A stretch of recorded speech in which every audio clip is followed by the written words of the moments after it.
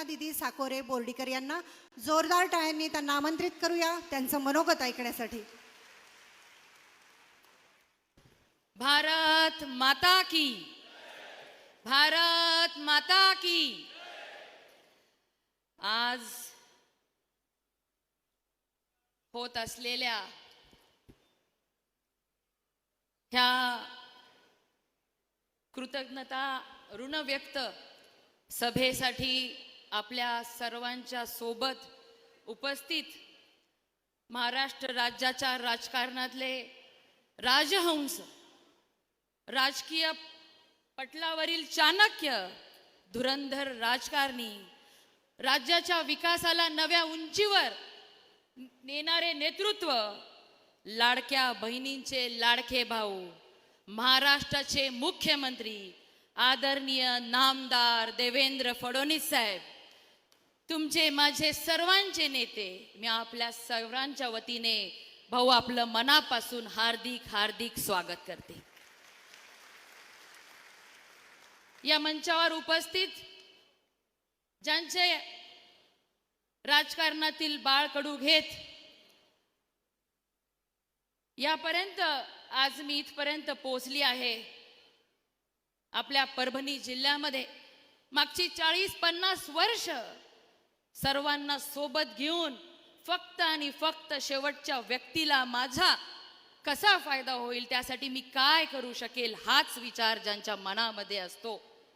आणि भाऊ आपण बघत आहात अनेक नेते मंडळी ज्यांच्याकडे कर्तृत्वान मुलगा असताना देखील स्वतःची जागा मुलाला देण्याचं मोठं मन जे आतापर्यंत दाखवू शकले नाहीत.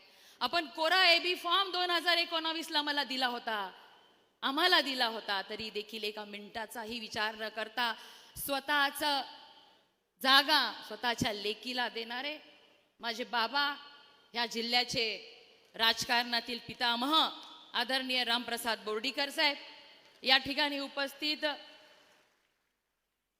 खासदार डॉक्टर अजित गोपछडेजी, उपस्थित आमदार संजय केनेकरजी, आणि ज्यांनी मराठवाड्यामध्ये आम्हाला सुरुवातीला वाटायचं किती सक्तीने आमच्याकडून काम करून घेतात, पण सातत्याने पाठपुरावा करत काम करून ह्या विधानसभेमध्ये मराठवाड्यामध्ये 99%च्या वरती निकाल ज्यांच्या सातत्यपूर्वक बूथ बांधणीच्या कामामुळे झाला ते संघटन मंत्री संजय कोडगेजी, या ठिकाणी उपस्थित ग्रामीणचे अध्यक्ष संतोष मुरकुटेजी, महानगरचे अध्यक्ष शिवाजी भरोसेजी, युवा मोर्चाचे राज्याचे उपाध्यक्ष सुरेश भुमरेजी, परभणी जिल्ह्याचे भूमिपुत्र प्रदीप पेशकारजी, उपस्थित रावसाहेबजी घुगे, किरण पाटीलजी, डॉक्टर केदार खटिंगजी, डॉक्टर विद्याताई चौधरी, मंचावरील उपस्थित सर्व मान्यवर आणि मोठ्या संख्येने आपल्या देवाभाऊंचे आणि आपल्या नेत्याचे स्वागत करण्यासाठी, अभिनंदन करण्यासाठी, आभार मानण्यासाठी उपस्थित झालेल्या माझ्या सर्व बंधू भगिनींचं मी आजच्या कार्यक्रमामध्ये स्वागत करते. भाऊ, आमचा मराठवाडा ही संतांची भूमी आहे आणि आज हा मराठवाड्यामध्ये आमच्या परभणीमध्ये प्रभावती नगरीमध्ये आपण मुख्यमंत्री झाल्यानंतर पहिला कार्यक्रम या ठिकाणी होत आहे. आणि जेव्हापासून आपण इथे येणार असं समजल्यानंतर आमच्या लाडक्या बहिणी सुद्धा दिदी आम्हाला यायचंय अशा पद्धतीचे फोन आम्हाला करत होत्या आणि मोठ्या संख्येने इथे तरुण शेतकरी बांधव महिला भगिनी उपस्थित झालेल्या आहेत. भाऊ, आजची ही सभा परभणीकरांच्यासाठी अनेक कारणांनी महत्वाची आहे. आम्ही तर ऋण व्यक्त करण्याची ही सभा म्हणतोय, त्याचबरोबर ही सभा जयघोष सभा आहे. ऑपरेशन सिंदूरच्या विजयानंतर पाकिस्तानला ज्या भाषेमध्ये कळतं त्या भाषेमध्ये उत्तर देणाऱ्या आपल्या भारतीय सैनिकांच्या जयघोषाची ही सभा आहे. पंतप्रधान पदाच्या 11 वर्षाचा यशस्वी कार्यकाळ पूर्ण करत भारताला जगामध्ये चौथी आर्थिक महासत्ता बनवणाऱ्या आदरणीय पंतप्रधान नरेंद्र मोदीजींच्या जयघोषाची ही सभा आहे. देशाला लाभलेले कणखर गृहमंत्री लोहपुरुष आदरणीय अमितभाई शहांच्या जयघोषाची ही सभा आहे. आणि भाऊ, तिसऱ्यांदा मुख्यमंत्री पदाची शपथ घेतल्यानंतर महाराष्ट्राला महाराष्ट्र घडवणारे आणि खास आमच्या मराठवाड्याच्या साठी भरभरून आपण देणार आहात, तुमचा जयघोष करणारी ही सभा आहे असं मला वाटतं. आज भाऊ, आमचा परभणी जिल्हा हा गोदावरी, पूर्णा, दुधना, करपरा, कसुरा, लेंडी अशा अनेक नद्यांनी संपन्न असा नद आहे. काळी कसदार जमीन आहे. आत्ताच आपण ज्या वसंतराव नाईक कृषी विद्यापीठामध्ये कार्यक्रम घेतला, कृषी विद्यापीठ सुद्धा आमच्या सर्वांच्यासाठी होता. आणि आजच परभणीकरांना आनंदाची मला बातमी द्यायची आहे की आदरणीय आपले देवाभाऊंच्या हस्ते आपल्या परभणीचं शासकीय वैद्यकीय कॉलेजचं सुद्धा भूमिपूजन आपण केलेलं आहे. भाऊ, एवढं सगळं असताना देखील दुर्दैवाने मराठवाड्याचा जसा बॅकलॉग भरला नाही, पण आमच्या परभणी सुद्धा अनेक विभागांमध्ये अनेक विकासापासून दूर राहिलेला आहे. शासकीय वैद्यकीय महाविद्यालयासाठी तुम्ही कशा पद्धतीने आमची मदत केली याची जाणीव आम्हा सगळ्यांना आहे. आणि आज त्याचं भूमिपूजन झालं असताना आजच्या या सभेच्या माध्यमातून आम्हाला परभणीमध्ये मराठवाड्यातलं पहिलं कॅन्सर हॉस्पिटल मिळावं ही मागणी मी आपल्याला आजच्या या कार्यक्रमाच्या निमित्ताने करते.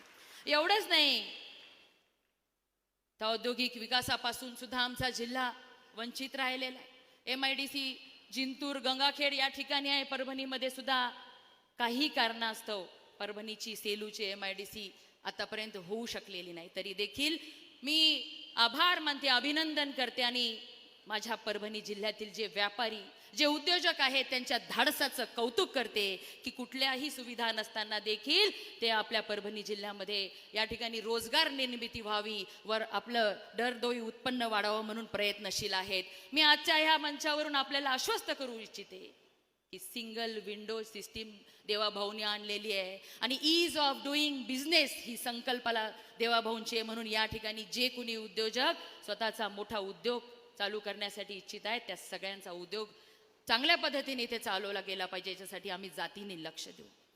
भाऊ, आम्ही देवेंद्र फडणवीस स्टार्टअप मिशन मराठवाड्यातील तरुणांना उद्योजक बनवण्यासाठी, आमच्या मायमाऊल्यांना उद्योजक बनण्यासाठी चालू केलं. त्याचं सुद्धा लोकार्पण आपल्या हातून या ठिकाणी होणार आहे. 750च्या वरती नोंदणी त्या ठिकाणी आलेली आहे आणि आम्ही आता 40 उद्योजकांना मेंटरिंग करतोय.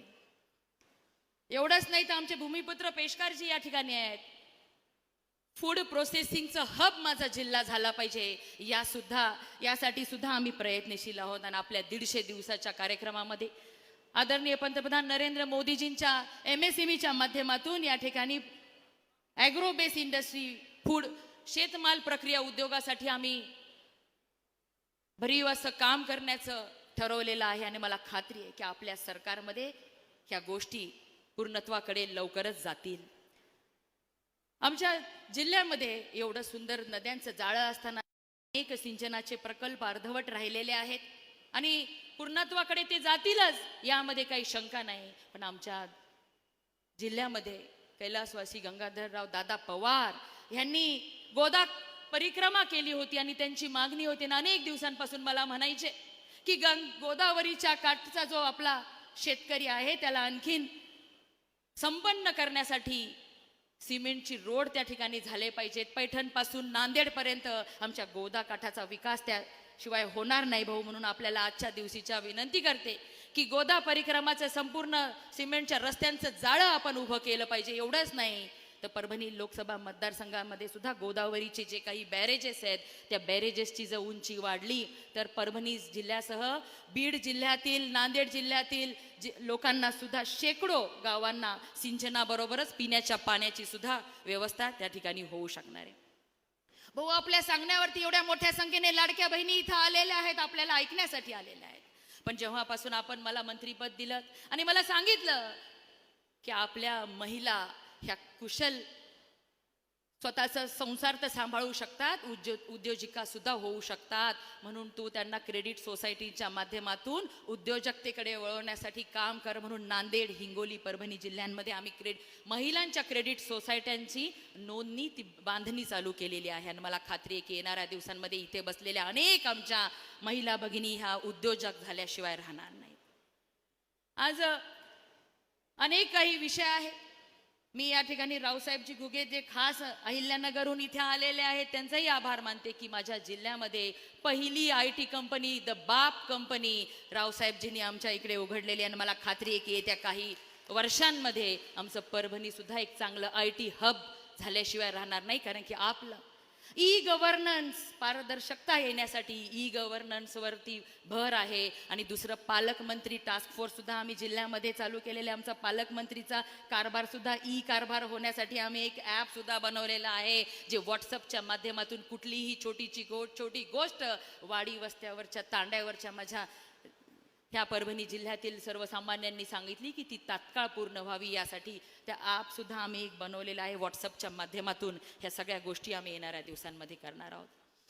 भाऊ, आमच्या जिल्ह्यामध्ये 11व्या 12व्या 13व्या शतकातील वैष्णव, शैव व शाक्त अशा तिन्ही पंथांची मंदिरं 368च्या वरती मंदिरं आहेत. कदाचित यादवकालीन काळात एक मोठे धार्मिक स्थळ आमचा जिल्हा असेल असं वाटतं. मोदीजींनी सुद्धा आमच्या वालूरच्या 12वाचा पोस्टकार्ड बनवलेला आहे. आणि ह्या सगळ्या आपण बघतो युरोपियन अनेक देशांमध्ये केवळ त्यांच्या पर्यटनावरती त्या देशाच्या अर्थव्यवस्था चालतात. आणि माझ्या जिल्ह्यामध्ये असलेला एवढा मोठा ठेवा हा जगाच्या समोर मला आणायचा आहे जेणेकरून पर्यटकांची मायंदळी आमच्या जिल्ह्यामध्ये झाली पाहिजे आणि तोही एक उत्पन्नाचा स्रोत माझ्या जिल्हावासियांना झाला पाहिजे. आणि आपल्या संकल्पनेतून शेतकऱ्यांना, तरुणांना, महिलांना आर्थिकदृष्ट्या सक्षम करण्यासाठी सगळ्यात चांगल्या योजना येणाऱ्या दिवसामध्ये जिल्ह्यामध्ये राबवण्याचा माझा संकल्प आहे. आणि मला खात्री आहे की आपण ह्या माझ्या संकल्पामध्ये भाऊ आमच्या जिल्ह्याला 12 वर्षांनंतर हक्काचा पालकमंत्री मिळालाय. त्यामुळे अनेक लोकांच्या अनेक अपेक्षा आहेत आणि त्या पूर्ण करण्यासाठी तुमचं भक्कम पाठबळ हे माझ्या पाठीशी नेहमीच असेल यामध्ये मला काही शंका नाही. भाऊ, आमच्या मराठवाड्यातील लोक आणि खास करून माझ्या परभणी जिल्ह्यातील मंडळी ही भोळी भाबडी मंडळी आहे. एवढ्या वर्षाचा मराठवाड्याचा आणि त्याचबरोबर माझ्या परभणी जिल्ह्याचा बॅकलॉग फक्त तुम्हीच हा संपवू शकतात, हा बॅकलॉग भरून काढू शकतात ह्याची जाणीव आम्हा सगळ्यांना आहे. ह्या महाराष्ट्राच्या राजकारणाच्या इतिहासात कुण्या एका नेत्याला, कुण्या एका पक्षाला एवढं यश आलं नाही भाऊ जेवढं तुम्ही ह्या विधानसभेमध्ये यश मिळवलं. ह्या विधानसभेच नाही तर 2014 मध्ये 100 भारतीय जनता पार्टीच्या आमदारांची पार झाली. 2019 मध्ये सुद्धा 100 आमदारांच्या 100 पार केली. आणि 2024 मध्ये नाना त्या गोष्टींनी आपल्याला हिनवलं गेलं, नाना त्या गोष्टींनी आपल्याला बोललं गेलं आणि ते ऐकून आमचं सुद्धा मन दुःखी होत होतं. पण आपण शांत संयमपणे या सगळ्या गोष्टींची जाणीव ठेवत आपल्यातलं असलेलं ममत्व, आपल्यातलं असलेला आपला प्रेमळ स्वभाव ह्या सगळ्या गोष्टींना दूर ठेवत फक्त आणि फक्त शेवटच्या घटकाच्या व्यक्तीचा विकास हेच ध्येय ठेवलं. म्हणून अनेक विरोधकांनी या ठिकाणी षडयंत्र रचलेलं होतं. आपण काय तर विलन आहात अशा पद्धतीचं त्यांचं चित्र रंगवण्याचं जे काम होतं. पण या महाराष्ट्राच्या जनतेने आपल्यावर विश्वास ठेवत आणि खास माझ्या मराठवाड्यातल्या जनतेने आपल्यावरती विश्वास ठेवत की मराठवाड्याच्या जनतेचं कोण भलं करू शकतं तर ते फक्त देवेंद्र फडणवीस साहेबच करू शकतात असं दाखवून दिलं. आणि आपण विलन नाही तर आपण हिरो आहात, हिरो होतात, हिरो आहात आणि कायम हिरो राहणार आहात.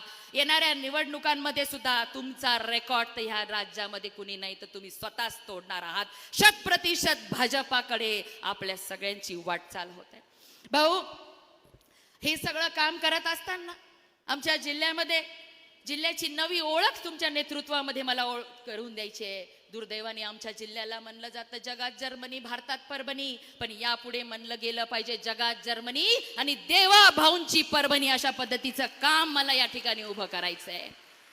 भाऊ, सर्वसामान्यांची कामं करत असताना जिल्ह्यामध्ये, नगरामध्ये, गाववाडी वस्त्यांवरती भारतीय जनता पार्टीच्या कार्यकर्त्यांचं स्थान बळकट करत असताना, कार्यकर्त्यांचं जाळं बनवत असताना मला आपलेच हितचिंतक अनेक अभिमन्यू राजकारणाच्या ह्या महाभारतात अभिमन्यूसारखं अडकवण्याचा प्रयत्न करतात, परंतु तुम्ही श्रीकृष्णासारखे माझ्या पाठीशी आहात. एक मोठा भाऊ म्हणून ज्या पद्धतीने तुम्ही या ठिकाणी माझ्यासोबत आत्तापर्यंत राहिलेला आहात आणि तुमच्या ह्या विश्वासाच्या जोरावरती तुम्ही माझ्यावर विश्वास टाकलाय.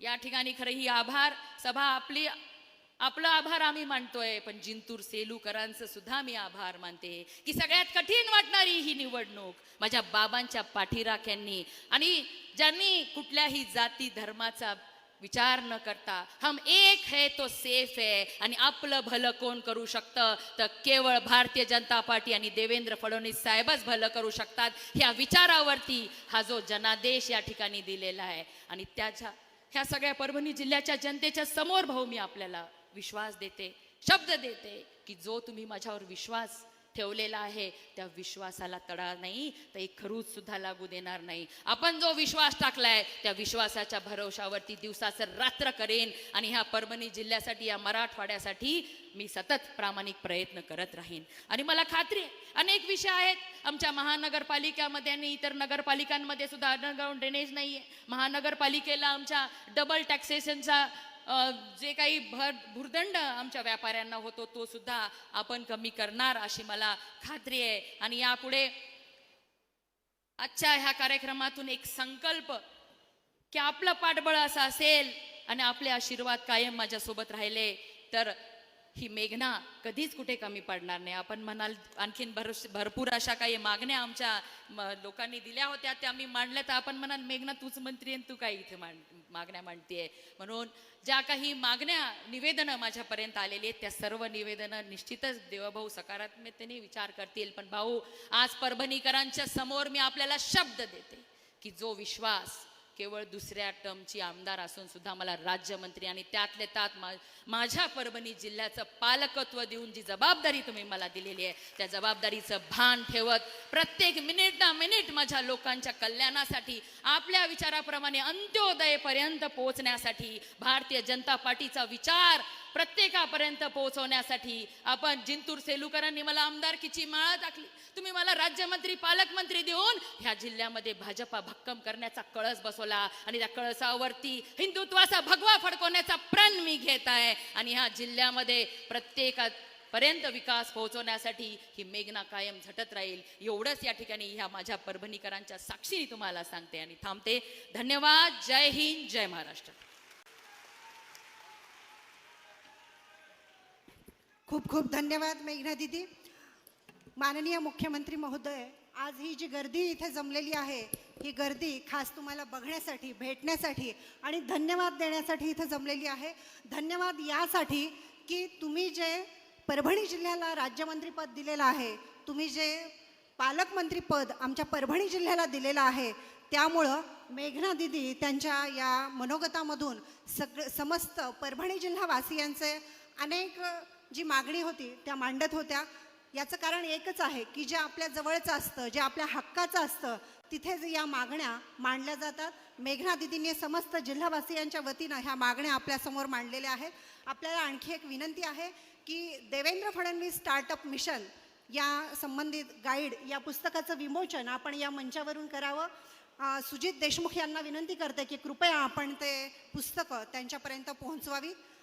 भारतीय स्टार्टअप नवनवीन उद्योगांमध्ये क्रांती घडवत आहेत आणि आपल्या देशाच्या अर्थव्यवस्थेचा आधार बनत आहेत. या माध्यमातून युवा पिढीमध्ये परिवर्तन घडत आहे. भारत सरकारकडून national quantum mission, India AI mission आणि सेमीकंडक्टर मिशन यांसारख्या उपक्रमांनी तरुणांसाठी संधीची द्वारं खुली केली आहेत. आपल्या राज्यात सुद्धा स्टार्टअप इकोसिस्टीममुळं मेट्रो शहरांपुरती मर्यादित न राहता ती आता सामाजिक संस्कृती बनत आहे. AI तर देशात स्टार्टअपच्या अनेक संधी उपलब्ध होत आहेत आणि जागतिक गुंतवणूकदार भारतात येण्यासाठी उत्सुकही आहेत. हीच गरज ओळखून देवेंद्र फडणवीस स्टार्टअप मिशन गेल्या वर्षभरात आदरणीय मेघना दीदी यांच्या मार्गदर्शनाखाली विश्वजित देशमुख, सुजित देशमुख हे दोघेजण हा कार्यक्रम मराठवाडाभर राबवत आहेत. तर यानंतर सर्व परभणी जिल्हावासीय आपण सगळेजण माननीय मुख्यमंत्री महोदय यांना ऐकण्यासाठी इथे जमलेला आहात. त्यांना आमंत्रित करते. या पद्धतीनं अंदाज कुछ अलग ही है मेरा सोचने का, अंदाज कुछ अलग ही है मेरे सोचने का, सबको मंजिलों का शौक है और मुझे रास्ते बनाने का, अशा विचारांनी समृद्ध महाराष्ट्राशी, विकसित महाराष्ट्राशी स्वतःसोबत आपल्या टीमला कार्यरत ठेवणारे कार्यकर्तृत्ववान आदरणीय देवाभाऊ यांचं जोरदार टाळ्यांनी आपण इथे स्वागत करूया.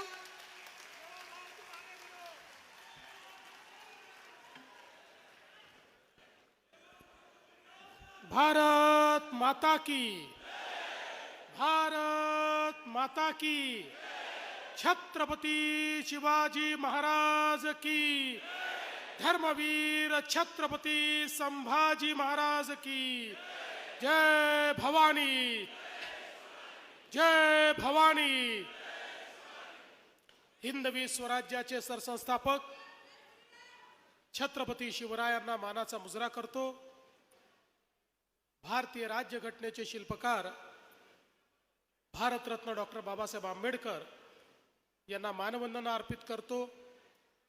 आज ज्यांची जयंती आहे ते शूरवीर महाराणा प्रतापजी यांच्याही चरणी नतमस्तक होतो आणि संपूर्ण भारतामध्ये भारतीय संस्कृतीचं पुनरुज्जीवन ज्यांनी केलं आणि ज्यांची 300वी जयंती आपण साजरी करतोय त्या लोकमाता पुण्यश्लोक अहिल्यादेवी होळकर यांच्याही चरणी नतमस्तक होतो. आज आपल्या या सभेमध्ये मंचावर उपस्थित असलेल्या आपल्या सर्वांच्या लाडक्या नेत्या, महाराष्ट्राच्या मंत्रिमंडळातील माझ्या सहकारी आणि ज्यांच्याकडे एक नाही, दोन नाही, 6 खात्यांची जबाबदारी मी दिलेली आहे आणि परभणीच्या पालकमंत्री पदाची पण जबाबदारी दिलेली आहे, अशी माझी लहान बहीण आमच्या मेघनाताई बोर्डीकर, मंचावर उपस्थित रामप्रकाश बोर्डीकरजी, शिवाजी भरोसेजी, खासदार अदीप गोपचडेजी, संजय केणेकरजी, संजय कोडगेजी, संतोष मुरकुटेजी, सुरेश भुमरेजी, विलास बाबरजी, सुजित देशमुखजी, गौरव हरगुडेजी, अरुण कोल्हेजी, बालाजी देसाई, केदार खटिंगजी, दिलीपराव देशमुखजी, प्रमोद वाकडकरजी, रामप्रभू मुंडेजी, डॉक्टर विद्या चौधरी, मंगला मुदगलकर, मेधाताई फड, मंचावरील सर्व मान्यवर आणि या ठिकाणी उपस्थित सर्व माझ्या लाडक्या बहिणींनो आणि तितक्याच लाडक्या भावांनो,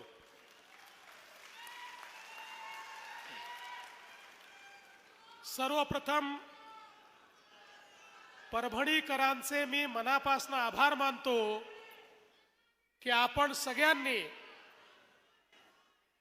आता नुकत्याच पार पडलेल्या विधानसभेच्या निवडणुकीमध्ये भारतीय जनता पार्टी सहित महायुतीला प्रचंड प्रतिसाद दिला आणि एक मोठा विजय आपण आम्हाला मिळवून दिला आणि आपल्या आशीर्वादांमुळेच पुन्हा एकदा महाराष्ट्रामध्ये अभूतपूर्व विजय मिळवत महायुतीचं सरकार आलं आणि आपल्याच आशीर्वादामुळे मला मुख्यमंत्री पदाची शपथ घेता आली. त्याबद्दल आपल्या सर्वांची कृतज्ञता या ठिकाणी व्यक्त करतो आणि आपले आशीर्वाद प्राप्त करतो. आणि मला या गोष्टीचा आनंद आहे की ज्यावेळी नव्यानं सरकार स्थापन करण्याची संधी मला मिळाली त्यावेळी माझ्या लक्षात आलं भारतीय जनता पक्षाच्या वतीनं काही ना काही कारणाने परभणी जिल्हा दुर्लक्षित राहिलाय. आपण कधीच या जिल्ह्याला भाजपचा पालकमंत्री दिला नाही आणि गेले 10-12 वर्ष तर परभणीला आयातीत पालकमंत्र्याचीच सवय लागलेली आहे. स्थानिक पालकमंत्री काही या ठिकाणी मिळत नाही. आणि तुमच्या सगळ्यांच्या आशीर्वादानं आमची मेघनाताई चांगल्या मतानं निवडून आली होती.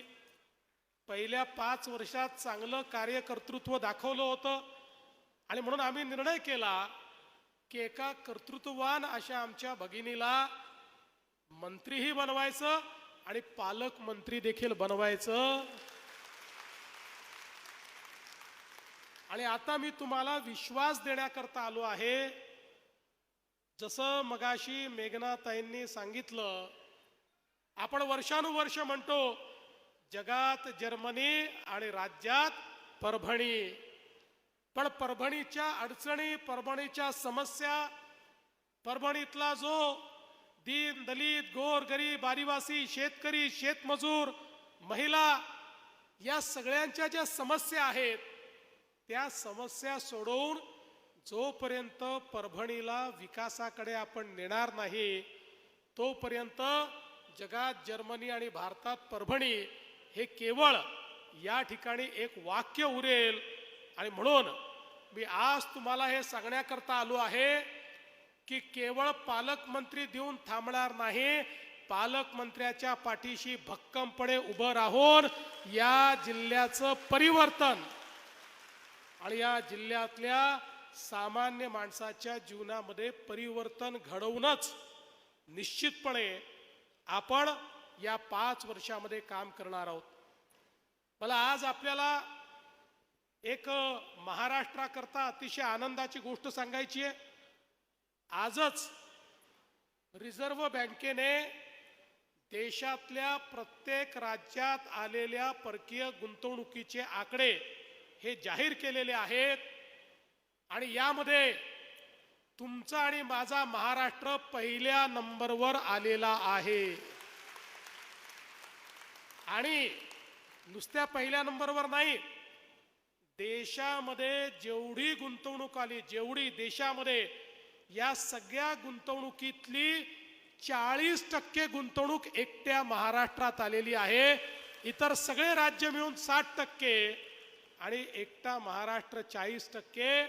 आणि एवढंच नाही तर आपण बघितलं तर आपल्या नंतरची जी राज्य आहेत या ठिकाणी कर्नाटक असेल, गुजरात असेल, दिल्ली असेल, या सगळ्या राज्यांची गुंतवणुकीची बेरीज केली त्याही पेक्षा जास्त गुंतवणूक एकट्या महाराष्ट्रामध्ये आलेली आहे. म्हणजे डबल इंजिनच्या सरकारवर जगातल्या जे गुंतवणूकदार आहेत त्यांनी पहिली पसंती दाखवलेली आहे. आणि आता मोदीजींच्या नेतृत्वात माझ्या महाराष्ट्राला कोणी थांबवू शकत नाही, हे यातनं अतिशय स्पष्ट झालेलं आहे. खरं म्हणजे आपल्या सर्वांना माहिती आहे ही संतांची भूमी आहे, ज्यांनी स्वतःच्या निर्लस भक्तीनं प्रत्यक्ष पांडुरंगाला घास घेण्यास भास पाडलं. त्या खरं म्हणजे नामदेव महाराजांचे देखील पदस्पर्शाने पावन झालेली अशा प्रकारची ही धरती आहे.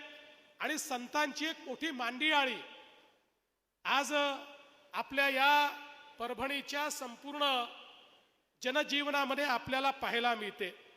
आणि म्हणूनच या परभणीचा विकास झाला पाहिजे या संदर्भात जी काही या ठिकाणी प्रयत्न आणि मागण्या आमच्या ताईंनी ठेवलेल्या आहेत त्यातल्या पहिल्या मागणीची सुरुवात तर आजच आपण केली. आणि परभणीकरांचं जे स्वप्न होतं की परभणीमध्ये एक मेडिकल कॉलेज असलं पाहिजे, आज त्या मेडिकल कॉलेजचं भूमिपूजन आम्ही केलेलं आहे. लवकरच याची सुसज्जित इमारत देखील आम्ही तयार करू. आणि पुढच्या काळामध्ये मेघनाताईंची इच्छा आहे इथे कॅन्सर केअरची व्यवस्था देखील झाली पाहिजे. मेघनाताई काळजी करू नका, टप्प्याटप्प्यानं तीही व्यवस्था आपण परभणीमध्ये ही निश्चितपणे या ठिकाणी सुरू करू. आज आपण महापारेषणच्या 132 केंद्राचं सेलूचं देखील भूमिपूजन या ठिकाणी केलेलं आहे. आणि मला हे सांगताना आनंद वाटतो की मागच्या काळामध्ये आपण निर्णय घेतला आपल्या शेतकऱ्यांना वीज मोफत देण्याचा. आता वीज मोफत तर दिली, पण आपल्या शेतकऱ्यांना 365 दिवस दिवसा वीज द्यायचा आपला संकल्प आहे. आणि मी तुम्हाला वचन देतो 2026च्या डिसेंबर पर्यंत मुख्यमंत्री सौर कृषी वाहिनीची कामं पूर्ण करून त्यानंतर पुढची 25 वर्ष आमच्या शेतकऱ्याला ही मोफत वीज दिवसा 12 तास मिळेल. त्याला रात्री शेतामध्ये जाण्याची आवश्यकता पडणार नाही. 21,000 कोटी रुपये आपण याकरता निश्चितपणे दिलेले आहेत आणि त्या माध्यमातून आमच्या शेतकऱ्यांच्या जीवनामध्ये परिवर्तन झालं पाहिजे असा आपला प्रयत्न आहे. आज नानाजी देशमुख कृषी समृद्धी योजनेसारखी योजना ही आपण सुरू केली. त्याचा पहिला टप्पा आपण पूर्ण केला. आता दुसऱ्या टप्प्यामध्ये पुन्हा 7,500 गावांमध्ये ही योजना आपण सुरू करतो. या योजनेच्या अंतर्गत आमचा जो शेतकरी आहे त्याला यांत्रिकीचा पुरवठा असेल, त्याला त्या ठिकाणी नवीन प्रकारचं प्रशिक्षण असेल, त्याला ड्रीप असेल, त्याला वेगवेगळ्या प्रकारचे इंटरव्हेन्शन्स असतील, या सगळ्या गोष्टी अनुदान पद्धतीनं देऊन गावामध्ये त्या ठिकाणी सॅच्युरेशन पद्धतीनं नवीन एकात्मिक शेतीची रचना करायची. गावामध्ये जलसंधारणाच्या माध्यमातून शाश्वत सिंचनाच्या व्यवस्था उभ्या करायच्या आणि त्याला जोडून आमच्या शेतकऱ्याच्या शेतमालाकरता मार्केट हे तयार करून द्यायचं, भंडारणाची व्यवस्था करायची. अशा प्रकारचा एक वर्ल्ड बँकेच्या मदतीनं प्रोजेक्ट आपण सुरू केलेला आहे. आणि मला विश्वास आहे आपल्या परभणीचा समावेश देखील या प्रोजेक्टमध्ये आपण केलेला आहे. या प्रोजेक्टमुळे आमच्या परभणीतला जो शेतकरी आहे याच्या जीवनामध्ये मोठं परिवर्तन होईल. पण त्याच वेळी आमच्या मेघनाताईंची इच्छा आहे की आपल्या परभणीमध्ये एक ॲग्रो प्रोसेसिंगचं क्लस्टर तयार करायचं. आणि हे खरंच आहे, शेतमालावर प्रक्रिया केली तरच आमचा शेतकरी सुखी होऊ शकेल.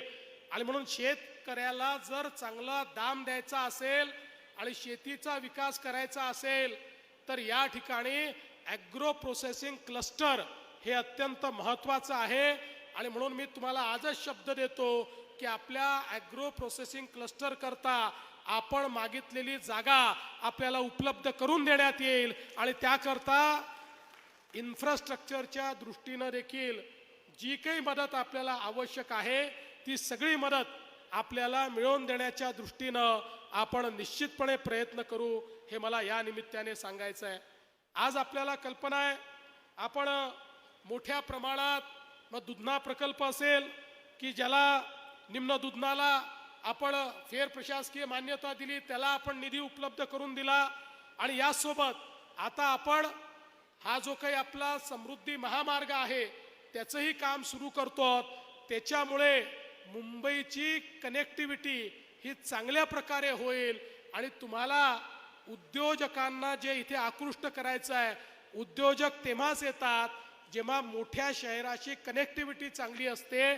एकदा हा महामार्ग झाला तर परभणी देखील या कनेक्टिव्हिटीच्या नकाशावर येईल आणि मग मोठ्या प्रमाणात उद्योजक देखील या ठिकाणी येताना आपल्याला पाहायला मिळतील. खरं म्हणजे अनेक कामं आपण या ठिकाणी मंजूर केलेली आहेत. मोठ्या प्रमाणात आपण रस्त्यांची कामं मंजूर केलेली आहेत. आणि भविष्यातही मी आपल्याला सांगू इच्छितो की निश्चितपणे ही जी सगळी कामं आहेत ती पूर्ण करण्याचं काम आपल्या सरकारच्या माध्यमातून आपण करू. खरं म्हणजे आपण नवीन सरकार या ठिकाणी आणल्यानंतर पहिल्यांदा 100 दिवसाचा कार्यक्रम दिला. या 100 दिवसाच्या कार्यक्रमामध्ये 48 विभागांना 900 मुद्दे दिले की 100 दिवसात त्यांनी 900 मुद्द्यांवर काम करायचं. त्यातल्या 750 मुद्द्यांवर काम पूर्ण झालं, उर्वरित मुद्द्यांवर काम चाललेलं आहे. आणि महाराष्ट्रातल्या 12,500 ऑफिसेसला आपण त्या ठिकाणी काम दिलं. आणि आपण सांगितलं की या ऑफिसेसने लोकांच्या तक्रारी दूर कराव्यात, ऑफिसेस स्वच्छ करावी, तिथला कचरा नीट करावा, तिथला रेकॉर्ड किपिंग चांगल्या प्रकारे करावं, अशा प्रकारची आपण त्यांना एक प्रकारे 100 दिवसाची टास्क दिली होती. मला सांगताना आनंद वाटतो, या 100 दिवसांमध्ये महाराष्ट्रामध्ये आपल्या कार्यालयांनी इतकं चांगलं काम केलं, जे काम वर्ष दीड वर्ष ते करत नव्हते, ते काम 100 दिवसात त्यांनी करून दाखवलं. आणि म्हणूनच आता मी त्यांना 150 दिवसाचा कार्यक्रम दिलेला आहे. या 150 दिवसाच्या कार्यक्रमामध्ये मोठ्या प्रमाणात आपले जनकेंद्रित अशा प्रकारची व्यवस्था तयार करायची, अशा प्रकारचा आपला प्रयत्न आहे. कारण सरकार म्हणून आपलं इन्स्टिट्यूशन आपल्याला इतकं मजबूत करायचं आहे की सामान्य व्यक्तीला न्याय मिळाला पाहिजे, सामान्य व्यक्तीला भ्रष्टाचारापासून मुक्त प्रशासन मिळालं पाहिजे. आणि आपला प्रयत्न असा आहे, पुढच्या काळामध्ये महाराष्ट्र सरकारच्या 1200 सेवा आपल्याला व्हॉट्सॲपच्या माध्यमातून आम्ही देणार आहोत. आपल्याला कार्यालयामध्ये जायची आवश्यकताच नाही आहे. आपली ॲप्लिकेशन ही व्हॉट्सॲपवर, पैसे भरायचे असतील तर तेही व्हॉट्सॲपवर, आणि आपला दाखला देखील आपल्याला व्हॉट्सॲपवर मिळेल. अशा प्रकारची व्यवस्था आपण या ठिकाणी उभी करतो आहोत. एक पारदर्शी प्रशासन, एक लोकाभिमुख प्रशासन आणि एक गतिशील प्रशासन तयार करण्याचा प्रयत्न या महाराष्ट्रामध्ये चाललेला आहे. मी तुम्हाला आश्वस्त करण्याकरता आलो आहे की तुम्ही जो विश्वास आमच्यावर टाकलेला आहे, त्या विश्वासाला अनुरूप अशा प्रकारचं सरकार हे येत्या काळामध्ये आम्ही निश्चितपणे चालवून दाखवू. या निमित्ताने आज खरं म्हणजे मला भारतीय सेनेचे देखील अभिनंदन करायचं आहे. नुकतंच ऑपरेशन सिंदूर मध्ये आपले प्रधानमंत्री नरेंद्र मोदीजी यांच्या नेतृत्वात भारताच्या सैन्याने पाकिस्तानमध्ये घुसून जो पराक्रम केला, त्याबद्दल मी त्यांचं मनापासून अभिनंदन करतो, आभार मानतो. मोदीजींनी दाखवून दिलं हा नवीन भारत आहे. ज्यावेळी पहलगाम मध्ये आमच्या 26 अतिशय निष्पाप अशा प्रकारच्या भावांना मारून टाकलं, मुलीसमोर बापाचा जीव घेतला, बायको समोर नवऱ्याच्या डोक्यामध्ये त्या ठिकाणी गोळी घातली, आणि त्या ठिकाणी एक प्रकारे भारताच्या सार्वभौमत्वाला आव्हान देण्याचं काम ज्यावेळी पाक प्रशिक्षित आतंकवाद्यांनी केलं, त्याच वेळी आमच्या पंतप्रधानांनी सांगितलं, ज्यांनी आमच्याकडे दहशतवाद केला त्यांचं दहशतवादाचं इन्फ्रास्ट्रक्चर मैं मिट्टी में मिला दूंगा, मैं उसको चूर चूर कर दूंगा. आणि भारताची ताकद बघा, केवळ 23 मिनिटांमध्ये पाकिस्तानमध्ये घुसून पाकिस्तानचे दहशतवादाचे 9 अड्डे भारतीय सेनेने उद्ध्वस्त करून टाकले, चूर चूर करून टाकले, मट्टी पलीत करून टाकले, आणि 150च्या वर आतंकवाद्यांना त्या ठिकाणी यमसदनी पाठवलं. तो मसूद अझहर ज्यांनी आमच्याकडे निष्पापांचे जीव घेतले, त्याची अख्खी खानदान ही खाक मध्ये मिळवण्याचं काम हे आमच्या सेनेने त्या ठिकाणी पाकिस्तानात घुसून करून दाखवलं. बंधू भगिनींनो, पाकिस्तानला असं वाटत होतं आम्ही हे अड्डे पाकिस्तानमध्ये अशा ठिकाणी तयार केले आहे जिथे भारतीय सेना पोचूच शकणार नाही. त्यांना माहिती नव्हतं भारतीय सेनेची ताकद काय आहे. आणि त्यानंतर पाकिस्तानी आमच्यावर हल्ला करायचा प्रयत्न केला, क्षेपणास्त्र पाठवले, ड्रोन पाठवले, F-16 F-17 पाठवले, पण भारतीय सेनेची कॅपेबिलिटी आपण बघा, भारतीय सेनेची सज्जता आपण बघा, भारताचं तंत्रज्ञान आपण बघा. 2014 साली मोदीजी म्हणायचे मेक इन इंडिया, आत्मनिर्भर भारत, त्या मेक इन इंडिया आणि आत्मनिर्भर भारतने तयार केलेली शस्त्र, त्या शस्त्रांचा आम्ही उपयोग केला. परिणाम काय झाला? पाकिस्तानचा एकही ड्रोन, एकही मिसाईल, एकही क्षेपणास्त्र आणि एकही त्यांचं एरोप्लेन भारताच्या जमिनीला त्या ठिकाणी स्पर्श देखील करू शकलं नाही. आम्ही वरच्या वर हवेत त्याचा नायनाट करून टाकला, वरच्या वर त्याचा खात्मा करून टाकला. आणि त्याच वेळी त्याच्या जबाबामध्ये आमच्या भारतात तयार झालेलं ब्रह्मोस ज्यावेळेस निघालं, पाकिस्तानमध्ये चायनाने दिलेली एअर डिफेन्स सिस्टीम, पाकिस्तानला वाटायचं ही खूप मोठी सिस्टीम आहे, पण त्या सिस्टीमचा खात्मा करत पाकिस्तानच्या सगळ्या एअर बेसेस आमच्या ब्रह्मोसनी त्या ठिकाणी समाप्त करून टाकल्या, उद्ध्वस्त करून टाकल्या आणि तहस नहस करून टाकल्या. आणि मग पाकिस्तानच्या लक्षात आलं की आपल्यामध्ये ही ताकदच नाही की आपण भारताला त्या ठिकाणी त्याचा मुकाबला करू शकू. आणि म्हणून आपल्या समोर त्यांनी घुटणे टेकले. आणि खऱ्या अर्थानं पाकिस्ताननी जगभराच्या देशांना फोन केले आणि विनंती केली, भारताला समजवा. काही देशांनी आपल्याला विनंती केली, आपण सांगितलं चालणार नाही. पाकिस्ताननी स्वतः फोन करून आम्हाला विनंती करावी, तेव्हाच आम्ही युद्धबंदी करू. पाकिस्ताननी फोन करून विनंती केली, गुडघे आपल्या समोर टेकले, तेव्हा भारताने युद्धबंदी जाहीर केली. हा नवीन भारत आहे, हा घुसून मारणारा भारत आहे. आणि म्हणून बंधू भगिनींनो, आत्मनिर्भर भारताची ताकद, आमच्या ब्रह्मोसची ताकद, आमच्या एअर डिफेन्स सिस्टीमची ताकद आपण बघितली.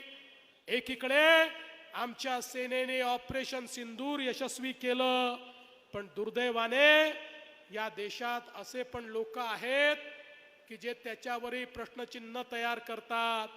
मागे सर्जिकल स्ट्राईक केला तेव्हा प्रश्नचिन्ह, एअर स्ट्राईक केला तेव्हा प्रश्नचिन्ह, आता सिंदूर केलं तर प्रश्नचिन्ह. आपले किती पडले, आपले कसे पडले, गेले की नाही, आले की नाही. यावेळी आपल्या सेनेने 9 अड्डे उद्ध्वस्त करताना त्याचं लाईव्ह चित्रणच केलं आणि ते लाईव्ह चित्रण आज आपल्या सेनेने दाखवलं. आता कोणीही प्रश्नचिन्ह निर्माण करू शकत नाही, पण हे इतके मूर्ख लोक आहेत. आता एका नेत्याने काँग्रेसच्या परवा बोलताना सांगितलं, अरे म्हणाले पाकिस्तानने चायनाचे 15-15 हजार रुपयाचे ड्रोन आपल्यावर पाठवले आणि त्याचा मुकाबला करण्याकरता आपण 15-15 लाखाचे मिसाईल पाठवले. या मूर्खाला हे देखील समजत नाही की युद्धाचे ड्रोन म्हणजे आपण शेतीमध्ये फवारणीला वापरतो ते ड्रोन नसतात. युद्धाचे ड्रोन म्हणजे अनमॅन्ड अशा प्रकारचे विमानं असतात, जे बॉम्ब घेऊन येतात, जे बॉम्ब टाकतात. अशा प्रकारची बॉम्ब घेऊन येणारी ड्रोन विमानं ही आपण त्या ठिकाणी हवेतच पूर्णपणे नष्ट केली. पण काही लोकांच्या डोक्यावरच परिणाम झाला आहे. आपण पाक व्यक्त काश्मीर ऐकलं होतं, पण आता पाक व्यक्त काँग्रेस झालेली आहे, कारण पाकिस्तानचाच विचार यांच्या डोक्यामध्ये किड्यासारखा घुसला आहे. आणि म्हणून आपल्या लोकांच्या शौर्यावर देखील प्रश्नचिन्ह हे निर्माण करतात. पण चिंता करू नका, उभा देश सेनेच्या पाठीशी उभा आहे आणि तिरंगा घेऊन सांगतोय, या भारताच्या तिरंग्याचा मान कोणी कमी करू शकणार नाही. हे सांगणारा नवीन भारत मोदीजींच्या नेतृत्वात उभा झालेला आहे. आणि म्हणून मी आज आपल्या सगळ्यांचे आभार मानताना आपल्याला सांगतो, विकसित भारतासोबत विकसित महाराष्ट्र तयार होईल आणि विकसित महाराष्ट्रासोबत विकसित परभणी आम्ही तयार करून दाखवू, एवढंच सांगतो आणि माझं बोलणं संपवतो. धन्यवाद. जय हिंद, जय महाराष्ट्र.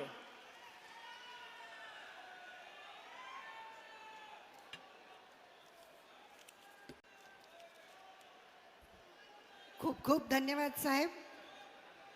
परभणी जिल्हावासीय आपण ऐकत होतात रंगना